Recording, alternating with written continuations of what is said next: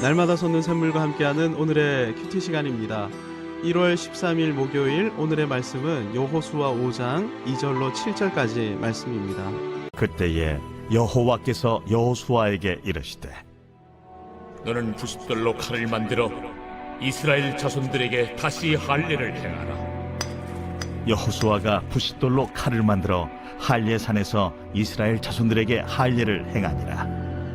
여호수아가 할례를 시행한 까닭은 이것이니 애굽에서 나온 모든 백성 중 남자 곧 모든 군사는 애굽에서 나온 후 광야 길에서 죽었는데 그 나온 백성은 다 할례를 받았으나 다만 애굽에서 나온 후 광야 길에서 난 자는 할례를 받지 못하였습니다. 이스라엘 자손들이 여호와의 음성을 청종하지 아니하므로 여호와께서 그들에게 대하여 맹세하사 그들의 조상들에게 맹세하여 우리에게 주리라고 하신 땅 곧 젖과 꿀이 흐르는 땅을 그들이 보지 못하게 하리라 하시매 애굽에서 나온 족속 곧 군사들이 다 멸절하기까지 40년 동안을 광야에서 헤매었더니 그들의 대를 잇게 하신 이 자손에게 여호수아가 할례를 행하였으니 길에서는 그들에게 할례를 행하지 못하였으므로 할례 없는 자가 되었음이었더라. 본문의 배경이 출애굽 2세대의 가나안 입성입니다. 출애굽과 광야 40년의 목적지가 가나안이었는데요. 광야길 40년 만에 이스라엘은 드디어 약속의 땅 가나안에 도착했습니다.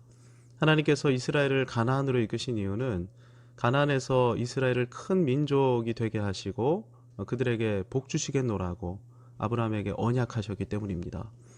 특별히 가나안은 출애굽 사건을 통해 새 아담과 새 하와로 새롭게 창조된 이스라엘에게 허락된 새 에덴입니다. 하나님께서는 예루살렘과 유대와 사마리아와 땅끝까지를 하나님 나라로 삼으시려는 웅장한 계획을 실현하시기 위해 이스라엘을 가나안으로 이끄셨습니다. 그런데 가나안으로 입성하는 과정이 그야말로 스펙터클했죠. 전능하신 하나님께서는 홍해를 가르신 것처럼 요단강의 물줄기를 끊으셨습니다. 이 사건을 통해 하나님께서는 아무리 죄악으로 관영한 가나안이라 할지라도 내가 너희와 함께 하기만 하면 능히 거룩한 새 에덴으로 변화시킬 수 있다. 이 사실을 확신시켜 주셨습니다. 요단강을 통과하면서 확신 가운데 가나안에 입성해 보니 이스라엘을 대적하는 가나안 족속은 아무도 없었습니다. 그들은 심판의 두려움에 사로잡혀 성에 숨은 채 문을 걸어 잠그고만 있었습니다. 전투에서 가장 중요한 것이 분위기, 흐름입니다. 노련한 지휘관일수록 분위기나 흐름을 잘 활용하는데요. 용장이나 지장들은 승리를 위해 극적 장치나 연설 같은 연출을 통해 원하는 분위기나 흐름을 만들어내는 것입니다. 지금 이스라엘의 분위기나 흐름은 승리에 대한 기대감으로 충만한 그야말로 사기충천한 상태였습니다. 최상의 전투력을 가지고 있는 상태였었는데요.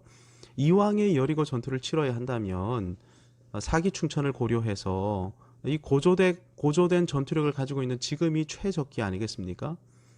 그런데 여호수아가 뭘 하고 있습니까?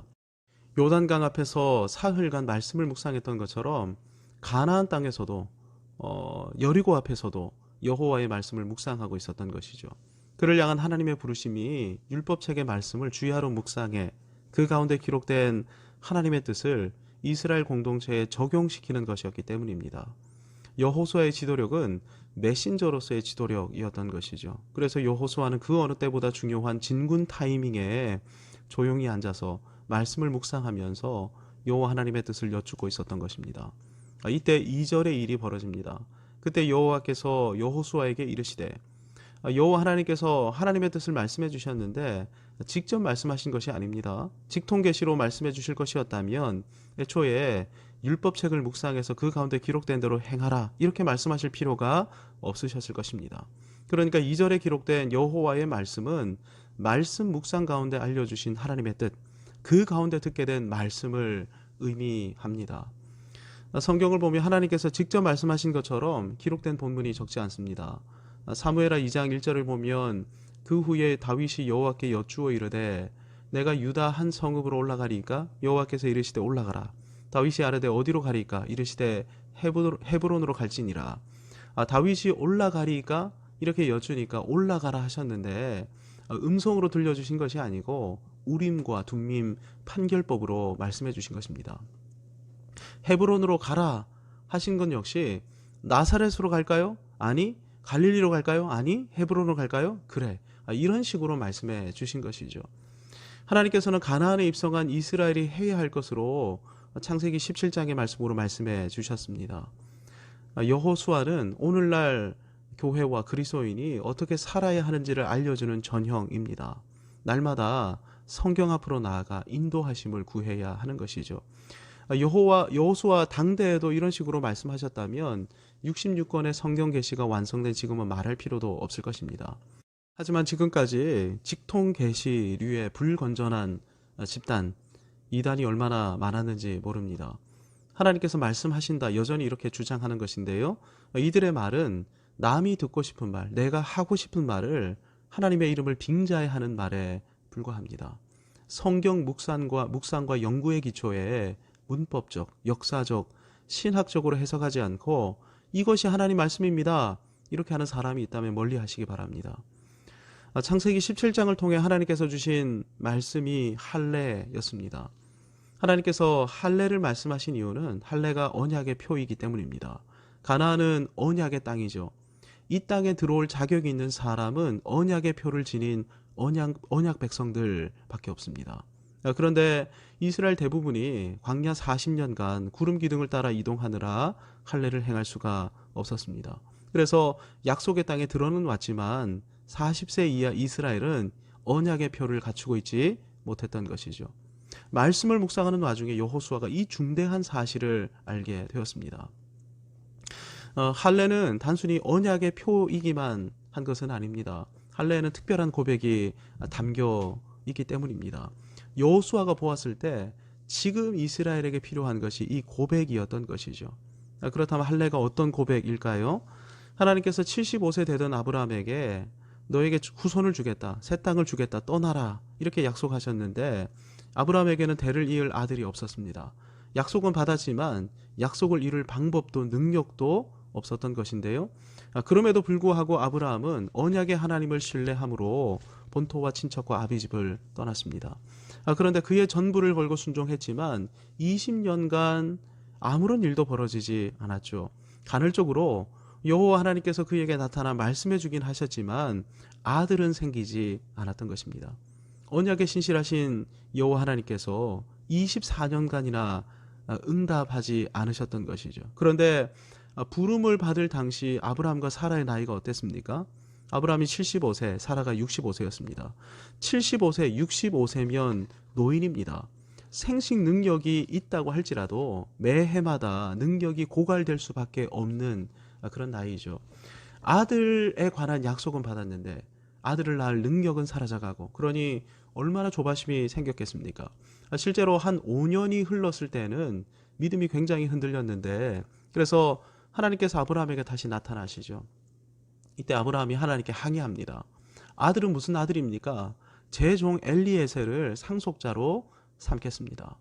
10년쯤 지나니까 자기 생각으로 아이를 가지려고 했는데, 그래서 하갈을 첩으로 들여 이스마엘을 낳죠. 하나님의 응답이 더딘 것 같으니 인간적인 대안을 물색했던 것입니다. 하나님께서 왜 24년간 응답하지 않으셨을까요? 아브라함과 사라가 생식 능력을 상실하고 스스로의 가능성에 대한 신뢰를 포기하는 데까지 필요한 시간이 24년이었기 때문입니다. 24년은 하나님의 시간인 것이죠. 하나님의 영광을 위해, 우리의 믿음과 신뢰를 위해 필요한 시간 말입니다. 그래야만 우리는 하나님께로부터 은혜와 능력을 공급받으며 그리스도인으로 이 땅을 살아갈 수 있습니다. 그래서 하나님께서는 부르심 이후 무려 24년이 지난 아브라함의 99세 때에 아브라함을 찾아와 할례를 요구하셨던 것입니다.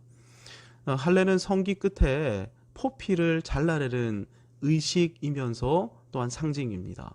성기 전체를 잘라냈음을 의미하는 상징 말입니다. 할례를 통해 하나님께서는 이렇게 물으시는 것이죠. 아브라함아, 내가 너에게 아들을 주겠다고 언약했는데 언약을 이룰 능력이 너에게는 없지? 너는 무능력하지? 그러면 할례를 하면서 이렇게 아브라함이 고백하는 겁니다. 네, 저에게 언약을 주셨지만 그 언약을 성취할 능력이 저에게는 없습니다. 이걸 고백하는 믿음의 행위가 할례인 것이죠. 오 하나님, 저에게는 주님 말씀 따라 살 능력이 없습니다. 은혜를 베풀어 주옵소서. 하나님께서는 지금도 사람을 부르십니다. 비전도 보여주시고 영광도 보여주시고 하나님 나라의 이상을 보여주시죠. 그런데 우리가 할 수 있습니까? 아니요, 우리는 못합니다. 그래서 우리가 이렇게 진심으로 고백할 때까지 하나님께서 기다리시는 것입니다. 주님, 이제 알게 됐습니다. 저는 불가능합니다. 참 저는 보잘것이 없군요. 언약을 주셨지만 언약을 이룰 능력이 저에게는 없습니다. 하나님의 은혜가 필요합니다. 할례는 이걸 인정하는 믿음의 고백입니다. 이걸 인정하는 사람만이 하는 믿음의 행위가 하나님의 이름을 부르며 기도하는 것이죠. 나는 할 수 없습니다. 우리가 이렇게 기도해야 합니다. 그리고 어떤 고백으로 나가야 합니까? 하나님은 하실 수 있습니다. 할례를 통해 믿음으로 하나님의 능력과 은혜를 고백한 다음 해에 하나님께서 주신 언약의 성취가 이삭입니다. 가나안 땅에 들어오자마자 이스라엘에게 필요한 것이 무엇인지 묵상한 결과 여호수아가 굳게 붙들었던 것이 할례였던 것이죠. 언약 백성의 표, 아울러 하나님께서 주신 언약을 이룰 분은 오직 여호와 하나님 한 분뿐이십니다. 여호수아는 이 말씀을 굳게 붙들고 모든 이스라엘에게 할례를 시행했습니다.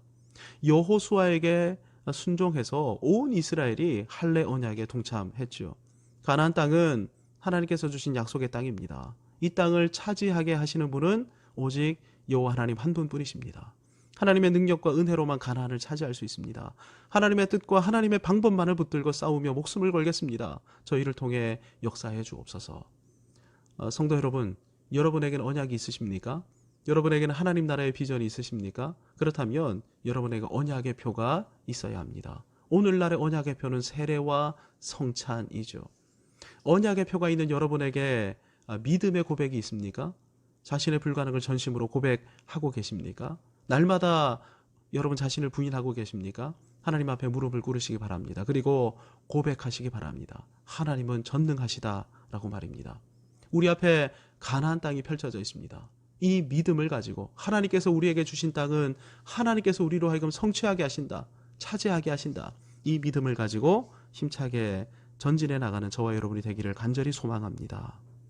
하늘에 계신 우리 아버지, 아버지의 이름을 거룩하게 하시며 아버지의 나라가 오게 하시며 아버지의 뜻이 하늘에서와 같이 땅에서도 이루어지게 하소서. 오늘 우리에게 일용할 양식을 주시고 우리가 우리에게 잘못한 사람을 용서하여 준 것 같이 우리 죄를 용서하여 주시고 우리를 시험에 빠지지 않게 하시고 악에서 구하소서. 나라와 권능과 영광이 영원히 아버지의 것입니다. 아멘.